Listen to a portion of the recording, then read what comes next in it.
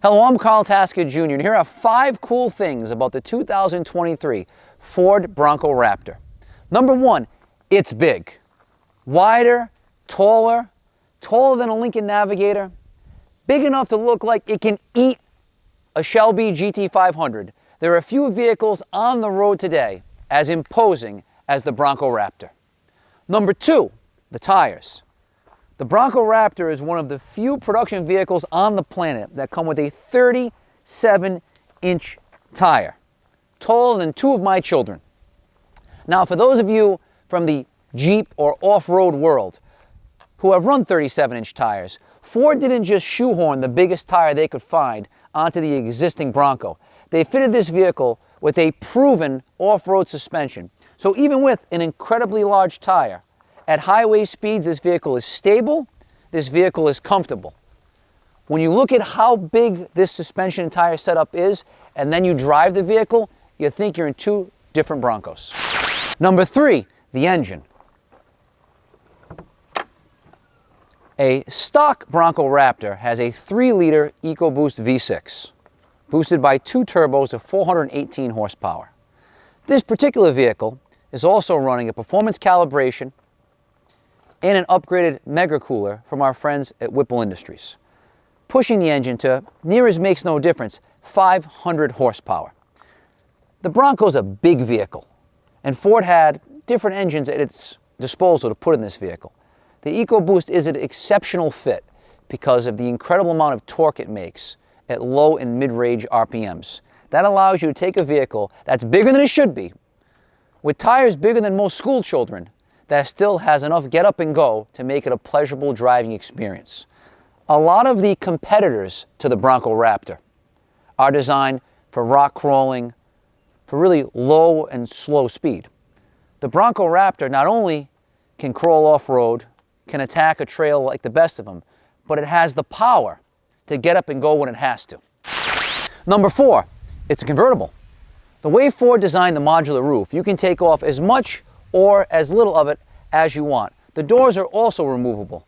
And check out how the side mirrors are not part of the door like on some of our competitors. So when you take the doors off, you can still see what's around you. Unless, of course, you live in Rhode Island where we don't use these.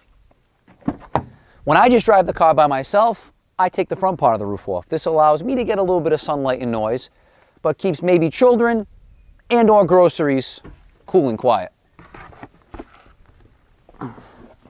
Another cool feature, this is obviously light because I am not a strong man and I'm holding it, but it's also stowable in the back, as is the rest of the roof if you put the rear seats down. Number 5, the interior. Although this vehicle has an off-road performance pedigree, it's a very comfortable vehicle to drive. Some of that is the combination of the long travel suspension and the higher sidewall tire. Really absorbs all the bumps and bruises that even a Rhode Island road can throw at you.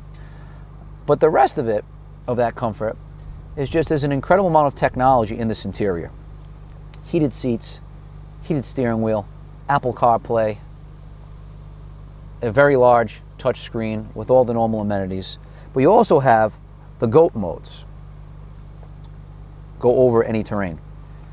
And if you look at the instrument cluster, you can adjust the driving characteristics of this vehicle. So if you want to go normal mode, sport mode, stiffens it up, makes it handle a little bit better. Tow haul mode, slippery mode, in case you want to drive it when it's slippery outside. It wants to go into 4-wheel drive. Off-road mode, makes the car a little more nimble and agile, wants to go to 4-wheel drive. Baja mode, my personal favorite, which is high-speed off-road driving. It also gives you what I like to call a crawler camera, where you can see where you're going in front of you off-road, because obviously if you're driving off-road, there could be obstacles you want to get around.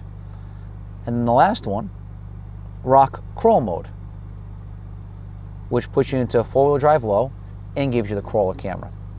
So all of this transforms the Bronco from everyday driver to a bad weather vehicle to an off-roader to a high-performance vehicle. But if you don't want to do any of that, you can also customize it. So that's when you go over here. You have 3 different suspension settings: normal, sport, and Baja, off-road. You have 3 different steering settings: normal, comfort, which I like because it really lightens up the feel of the 37-inch tires, and sport. And then lastly, 4 exhaust modes: normal, sport, Baja, and quiet. Now, the final button is R mode. You press R mode, and that's the customizable settings that I have, which on today's day is comfort steering, normal suspension, and medium exhaust. You also have paddle shifters, which are particularly helpful when you're in off-road mode and you want to hold the gear for longer. You put it into manual and you shift by paddles. And a final cool feature is all of the accessories, windows, mirrors, is all in the center console. Why? Well, if you take the doors off, how are you going to put the windows up? Let's say you take off the front doors, you want to manipulate the rear windows. If you take the doors off, you still have the mirrors on the car. So you add this all up, plus the upfitter switches, plus all the different suspension and differential settings, you have most likely the most capable off-road vehicle on the planet. Sorry, Range Rover. And a very usable, reliable package. And that's what the Bronco Raptor is all about. It's the height of off-road performance. It's imposing, it's intimidating, but not to drive. It's easy to drive, it's fun to drive, it's reliable. I take my kids to school in this vehicle. I make grocery runs in this vehicle. I drive this car to business meetings. And if I want to go off-road or if I want to have a little fun on or off the track, I can do that too. This really is the perfect combination of off-road and on-road performance and fun.